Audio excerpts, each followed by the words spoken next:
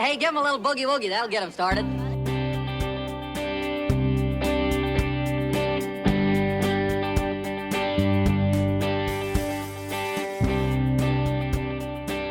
Hi everyone, and welcome to Eat a Fix, a podcast about a couple hyperfixating on obscure pop culture. I'm your co-host, Paul Unger. And I'm your co-host, Jess Unger. For close to a decade, we have been hyperfixating on random media and talking about it to death. And we're keeping the trend going with our segment from last episode, and that is Lights, Camera, Elvis. The many, many films of Elvis Presley. Yeah. On last episode, we touched on Love Me Tender, and yeah, that was an interesting one. Like, actually, a pretty solid start to Elvis films. He actually has some acting chops. So far, yeah. So far. That's what it looks like. But this next film kind of kicks off the slide, I want to say. I disagree But with that. The slide is when he dips his feet in with Hal Wallace, and then it's just trash fire after trash fire.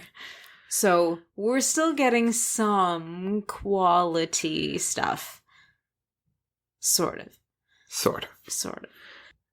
But this one was a lot of fun, and the film that we are talking about today is Loving You. Now, Jess. Yeah.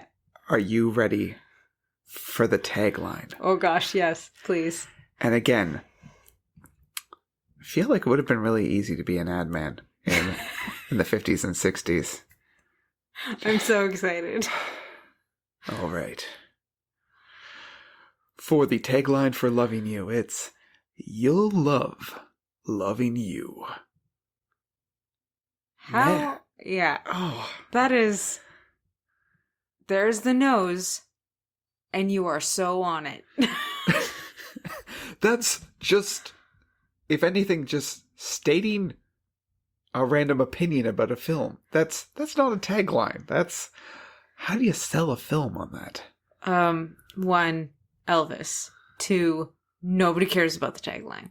I care about the tagline. I know you care about the tagline, but back then they were just like, whatever. It's Elvis. The ticket's already bought. We don't need the tagline. Well, you're probably right about that, but still, they should have been thinking about the person who's watching this 70 years in the future and how they'd be judged on that standard. It's not quite 70 years, 60 years. Oh, yes. Still. Always got to be thinking about people judging what you've written in the past on the internet. I wonder if that's taken into account for movies. Like, do you think Spielberg is like, I wonder what they'll think of this 60 years in the future when every movie is projected holograms in your living room? I don't know. No, Okay. I don't think so. Okay, I'm sorry.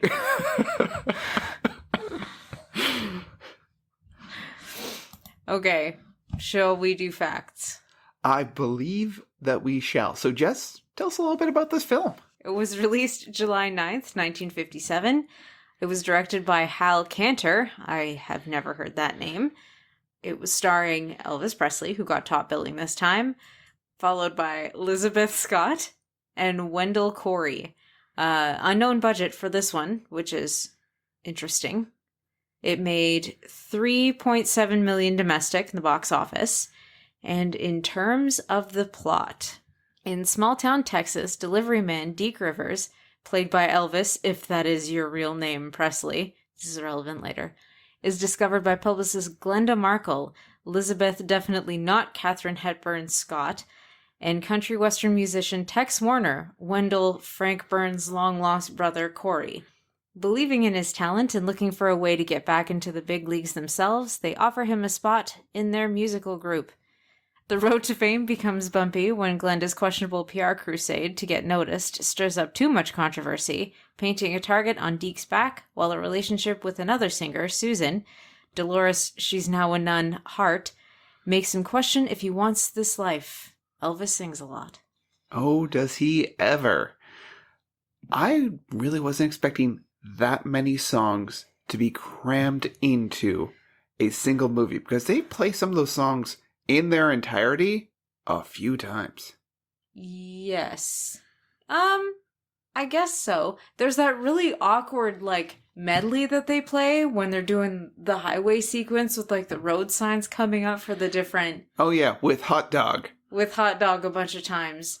And, like, Ghost Elvis singing as the street signs for all the towns go by. Yeah, it's super weird. People saw that in Love Me Tender and were like, I want that in my movie. Because weird, semi-see-through Elvis playing over scenery, that's what you want in a movie. I wasn't keen on that scene. No. It's actually, after Love Me Tender, it's just a real creepy. It's uncomfortable. Yeah, more or less.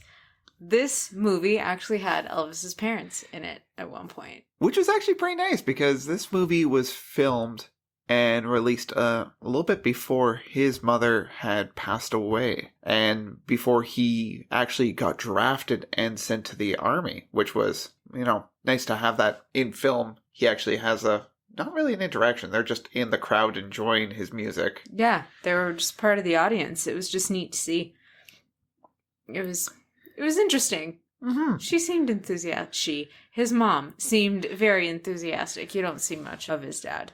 Okay, so as per usual, this is, again, as usual, a movie I've seen a few times. Actually, this is one of the movies I haven't seen too much. I think this may have been my 4th or 5th watch of it. It's actually pretty hard to get a copy of this movie, short of paying way too much on a DVD. Yeah, it's way easier to get, like, quad discs of 4 of the garbage movies. Yeah. No problem there. I've got a few. Box sets are harder to come by now, but some of the better movies, like Love Me Tender and Loving You and Change of Habit, are very hard to get. I wonder if it becomes a rights issue, because he bounced back between Paramount and Fox as far as the different studios that were producing the films. Oh. So I don't know if that's an issue as to who can put what movies in their box set. Yeah, because there's always glaring gaps in them. You can't get the full 32. It is... 31. Is it 31? 31. Why did I think it was 32? Okay. But it's nigh impossible to get them all, regardless of how many there are, in one set. Like, I have 2, and I'm still missing some. I have 2 whole box sets, and I still don't have them all. It's always fun trying to track down those little loose ends every time we want to watch them. Yes. First, we have to go through them to see if we have it. Then we have to open the thing to find out if we even have the disc. Yeah, it's fun. Anyway. All right. So I've seen this a few times, and these are my niche thing. I know we had to watch it a couple times, but overall, what were your thoughts? What were your favorite parts? I really enjoyed this film. It's one of those films that definitely would have benefited from Elvis singing a little bit less. Yes. I think that it was a solid story.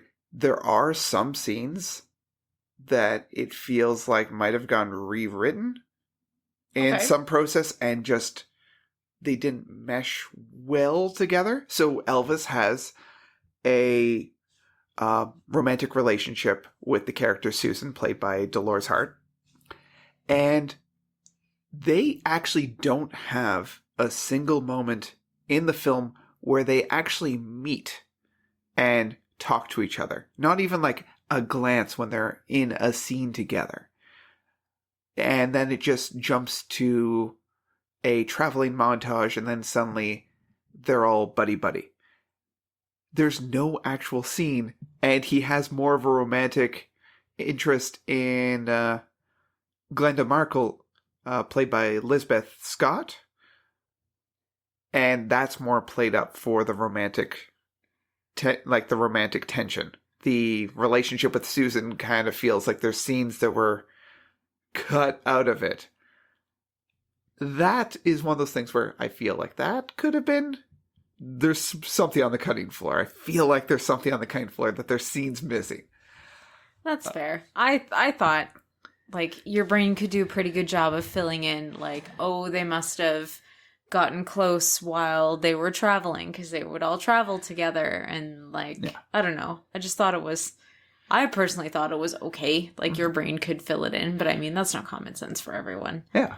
And the other thing that I really enjoyed about this was Glenda's character is this incredibly strong, confident woman. She is doing the PR for this musical group, and when she gets Elvis, she's trying to use his appeal to drive interest. So in doing so, she starts cultivating sort of controversy about him by sicking these old women on a concert and having the young people end up fighting.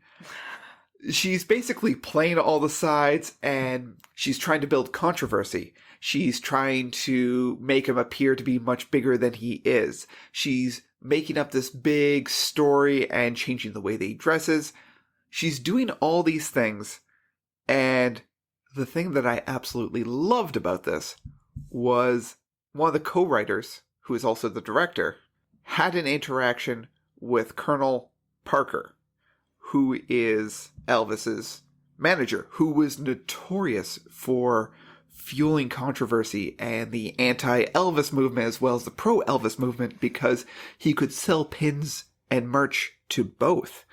And he saw this and actually rewrote Glenda's character to have traits of Parker, which is really weird because at one scene near the end of the film, Glenda goes to comfort Elvis in a moment where he's thinking about leaving, and it's almost implied like she could have seduced him into staying, and that just leads me to the one question of, did the Colonel sleep with Elvis?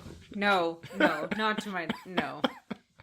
No. In all my research. It's just a weird thing. If you had a character that was based on you and suddenly they're macking on someone else who is based on another person, you would start to go, did that happen? Oh gosh, I hope not. But no, it's true. I started off with these big, like, wow, there's a whole lot of feminism in this film. Like, it's really female forward and it's female led and she's really strong. And it's like, this is so out of character for any Elvis movie that I've seen. And like, it even came down to a part where Deke was talking to Tex about Glenda's management of him. And he mentioned, we have a 50-50 split and she hasn't taken a dime from me yet. And I thought, 50-50 oh no, this is based on Tom Parker. I thought, oh God. But like, unlike Tom, Colonel Tom, sorry, he did not ever tear up their contract. Ever. No. Even when Elvis was like sick and tired of life because he just didn't want to do it anymore and he was dying at 300 pounds and wouldn't leave Graceland, he was still like, let's milk Elvis for all he's worth. Sucked. Yeah. That's my rant. So, outside of that, what were your thoughts on the film? You've seen this a few times. Yes. And this is what you would consider the good era of Elvis movies. One of them. Yes. So, what did you think of this one? My observations, I would say, are a little different than, say, your quote-unquote conventional ones. Because my first thought is, the teeth in this film. There are some good teeth in this film. Glenda's character has an overbite, but good lord, like, them some straight teeth and so white, although she did wear red lipstick, which enhances white. I don't know why I'm rambling on about this, but like, Elvis has great teeth. I have always thought that. The guy who played Tex has really good teeth. I don't know, I wasn't paying attention to Dolores Hart's teeth, but I just thought like, wow, the teeth in this film. And I know that's weird. But I mean, what is this podcast without weird? It is a good one. It's not my favorite. It's one of the better ones. I like the music better in this one than I do Love Me Tender. Yeah, the main issue I had with this is it plays a lot of those songs over again. Yeah, the repetition is a lot. And if I don't need to hear some of those songs for a little bit, I'd be okay. I'm okay just taking the entire soundtrack of this film and just putting that in a vault for a good 5 years. I don't need to hear any of these. See, and there's nostalgia for me because I was gifted a box set of his earlier music on CD, and that was most of them.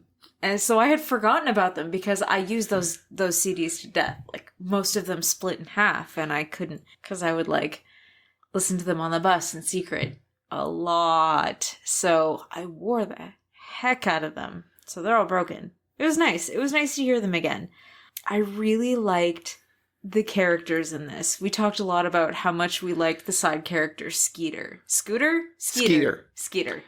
And he's a member of the musical troupe that I guess he's playing the backup guitar. Yep. And he's just a good comedy actor, not with everything he's saying, but his facial, like the way he acts with his face, with his body. Yeah. It's just fantastic.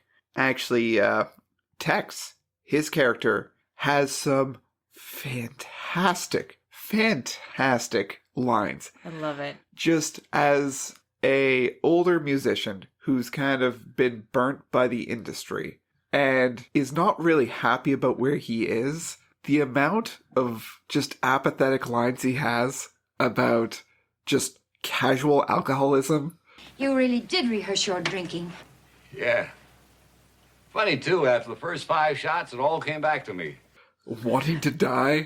Just... Oh, yes. Let's get down to that barber shop. Maybe I'll get lucky and he'll cut my throat. Is fantastic. Yeah. And these are rapid fire, unflinching, and it's fantastic. But the one thing that stands out the most in this film is my favorite thing about Elvis movies, which only increases from here, and that is Elvis's attendance in the Shatner School of Cinematic Combat. Because there is a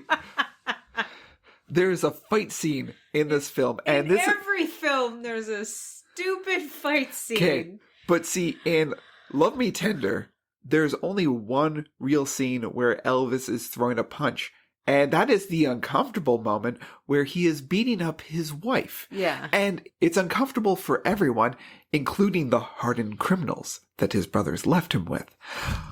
We won't go back into that. But focus on this one. In this one, this is the first time that we get a taste of Elvis's stage combat that just makes you feel like he's one set piece away from tossing a styrofoam boulder at a man in a lizard suit. It is so fantastic and unbelievable that you just crave more of it, and with each passing movie, you do get more.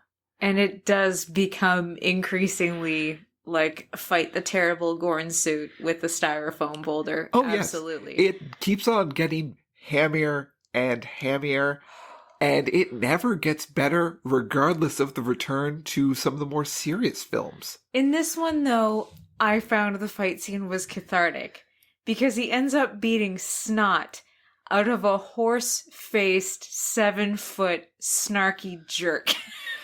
Yeah, with a pretty solid comeback. He also, this is one thing I noticed, he doesn't throw the first punch, no, but he definitely ends that fight in a point where, again, it verges back into the Love Me Tender style of fighting, where it gets a little uncomfortable at the end, where he is throwing punches at a guy that you can no longer see behind a diner booth, and the punches just keep on coming while the crowd actually looks pretty shocked. There is that beautiful, it's terrible.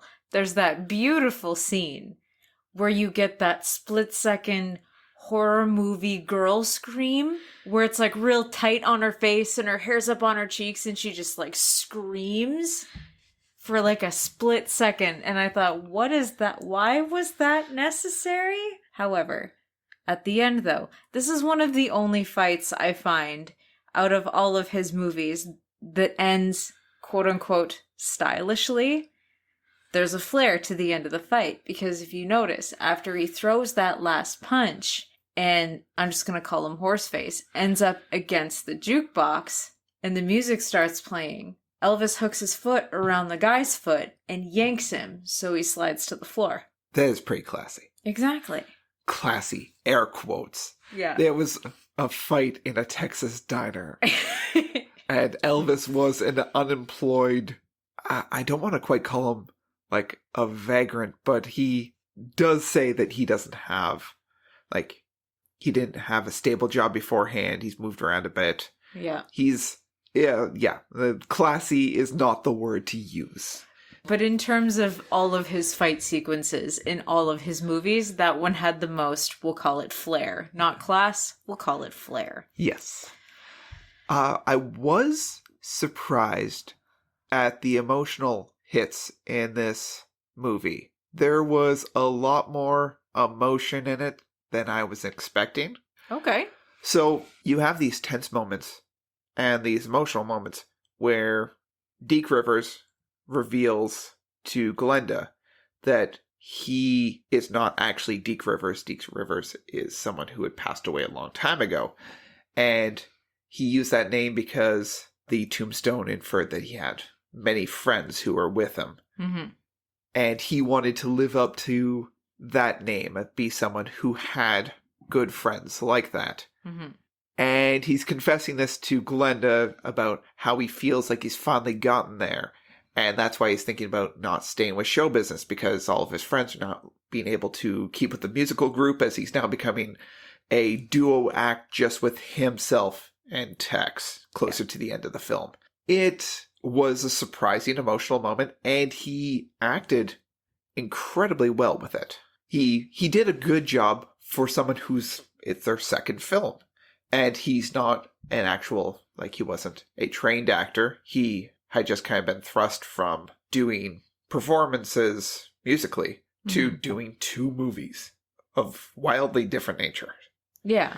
This is Dolores Hart's first movie with Elvis. Her second one is King Creole. I find her to be fascinating because she did 19 movies, 2 of them with Elvis, and then became a nun. Yes, after meeting with the Pope, which, I don't know, like, I'm not a religious person by any means, but actually meeting one-on-one with the Pope, I don't know what effect that has on someone. Neither do I, although I'm pretty sure, like, in order to veer that far in that direction after meeting the Pope, I feel like you already had to be on the fence somewhat. Yeah. I mean, yeah. That's fascinating. She has a documentary out that we're looking forward to watching. Are we actually going to watch it? Oh, definitely. Okay, that sounds fun. I would watch that. Just because I need to know more about her story and how she got there. Especially when this documentary is called, what did I say it was? God is the Bigger Elvis? I think so. Like, yeah, that's interesting. That's interesting. Although I'm sure, like, you did 2 movies with Elvis and then, like, 17 more. And then you just go, like, you know what? This world's messed up. I'm going to go be with God. This sucks. Like, hi, Mr. Pope. Great. How do I join you? Thank you.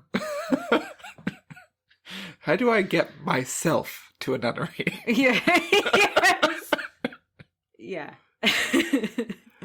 Now, we mentioned beforehand that Glenda's PR eventually gets a target on Elvis's back because she plays up how morally corrupt Deke Rivers' music is. And she gets these women riled up about that. And the story goes too far to the point where one of his shows gets canceled in a big venue. Yes, due to the complaints from the mothers in the town. Yeah. And then she petitioned City Hall in order to have a camera crew come and do a live performance and have a trial on television, because that seems like a solid, realistic idea of what you do when your town turns full footloose. And yeah, that did seem pretty, like, crank it to 11. And it wasn't even a trial, really. It was just, like, kids going up there being like, yeah, Deke's a good dude. You should let him sing. He's good. And that was it. And that's all it was. yeah, there was no counter argument. I feel like it was a little one-sided. You didn't have any of the ladies show up that were complaining beforehand to talk about how those hips are not safe for TV. They didn't do any of that. No, they even had, like, not Mickey Rooney go up there and be like, yeah, Deke's a good dude. I worked for him for, like, a few days. Yeah. Before he was fired, but we're all super proud of what he's made of himself. Yeah, and let's be reminded, Glenda actually got him fired from his first job so he'd join up with the musical group because he had no other options. After he told her specifically that he was actually looking to keep this steady job because it's the first steady job he'd had in a few years. And Glenda is low-key not a fantastic person. Throughout this entire thing, she is making very horrible decisions that are kind of glossed over. True. So she is still romantically stringing along Tex, who we find out is her ex-husband. Yes. And she then uses part of his life insurance policy to buy a car. No, the whole thing. She used the whole thing. Oh, sorry.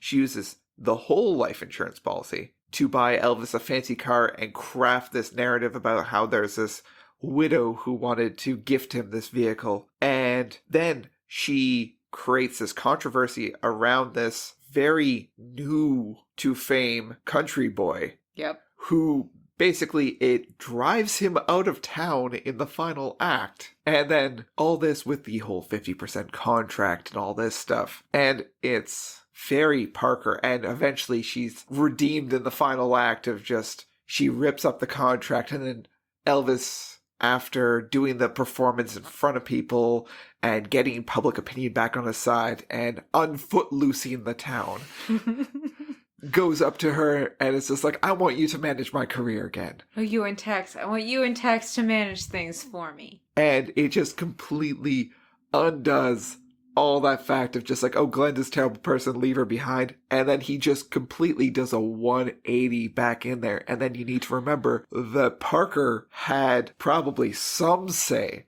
in the types of scripts and productions going on. All the say. So, even though he said he didn't, he absolutely did. There had to be some redemption arc, I imagine, there. Otherwise, Elvis would have been like, that kind of seems like the situation I'm in. Not yet, because things were still new. So he was still, like, on cloud nine. Like, he's in movies. Like, yeah, you bet. Yeah, I feel like Elvis just, while playing the character of Deke Rivers, didn't learn anything from the character of Deke Rivers. No. This is one of those things where you're playing a character and their story is so close to your actual real life, and you see all the pitfalls that they're making with facsimiles of other people in there. Yes.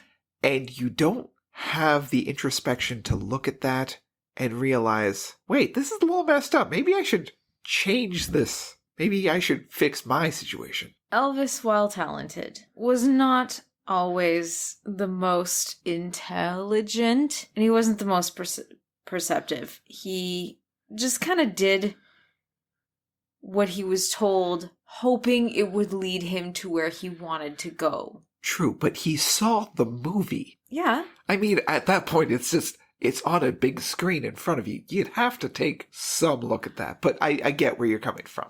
But if you're not told, though, it's like, psst, this female character is actually based on your male manager. You should maybe look into that. Yeah. Read into it a bit. He wasn't that. There's some lines you need to be reading in between. Yeah, and he wasn't doing that. No, but I did enjoy it. And as much as Glenda is not a great person, she is a good character in it. Yes. I enjoyed, actually, everyone in this film is great. My main thing is, I feel like some stuff got cut out.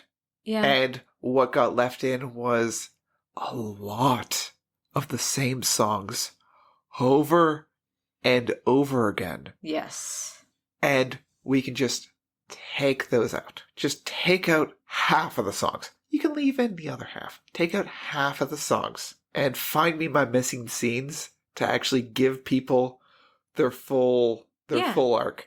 And we're good. It's a good movie. I think it still holds up pretty well today. I thought so. But yeah, to your point, like even if it was just like Elvis kind of bringing like socks he had with holes in them or whatever, or like a shirt he needed hemming, and just be like, oh, they said you sew while we're traveling, and she's like, yeah, actually, do you want to sit and chat while I fix Tex's socks? There you go. Yeah. Meeting scene. That's all I need. Yeah. Good establishment there. Then that way you're not just relying on the whole fair scene for whatever reason, and that weird cut to the greaseball carny that nobody needed. No. But yeah, overall this movie was pretty good. I found the farm scene after he drove Susie back weird. Like, I got it where it was a scene that was necessary because Deke hadn't been told that everyone was fired and not just laid off for a bit. And she thought Deke had driven her home to say goodbye because she thought he knew. And then he got upset because he didn't know. He just actually wanted to spend time with her because he liked her. But beyond that, it was super weird. It was really weird hearing him sing Loving You, and there's like the smoking whatever pizza bread oven behind them. There's like cows in one scene and chickens in another, and I'm like, okay. And then he wasted the sugar cubes that he specifically brought for the horses, and he ended up just pitching them over his shoulder instead of... It was feel like it didn't need to be on a farm. It didn't need to be what it was. It could have just had, that whole bit could have been reworked a little bit more. I agree. Yeah. Super bizarre. But I mean, it served a little bit of a purpose. It was just it was really awkward, especially with like Susie's parents there and like... her young siblings. Sis and Buzzy. Yeah. Yeah, that was a no thank you. I don't know. I did enjoy hearing Glenda speak, though. She's like a really nice smoker's voice. That's why we called her, like, definitely not Katharine Hepburn. She kind of has that, like, permanent bedroom eye, gruff, sultry voice. It was nice. It was nice to listen to. Yeah. I'm not going to disagree with you on that. That's... I was just thinking about that for a moment, going like, yeah, you're right with that. Yeah. But I think I'd recommend it if you're interested in Elvis's quote-unquote good films. This is, I'm going to say, like, it's still up there. We are still on the upward trend of good Elvis movies. I think there's two good ones left, and then you jump into the trash heap. Yeah. We have 2 more movies climbing up this mountain before we start getting to the caverns and the abyss of the carbon copy Elvis movies. We're actually going to have to wade through that to figure out which ones need their own episode and which ones we can just group together. Clambake Speedway. Sorry. Yeah, there's a few that can be lumped together, and then there's a few notoriously awful ones that need their own specific episode just so we can go on about them. Yeah. But Jess, what movie are we going to be doing next episode? If I'm not mistaken, it is my second favorite, which is Jailhouse Rock. And I am looking forward to that because there is so much merch of Jailhouse Rock and I have just the faintest memory of it. See, and for me, it's one of my favorites because it has a line that he says in it. I'm not going to say what it is because if it's not in a clip in the next episode, I'm going to be real upset. But there's a line in it and it gets me every time in like the pit of my stomach. And it just like, and it reminds me why I love him so much.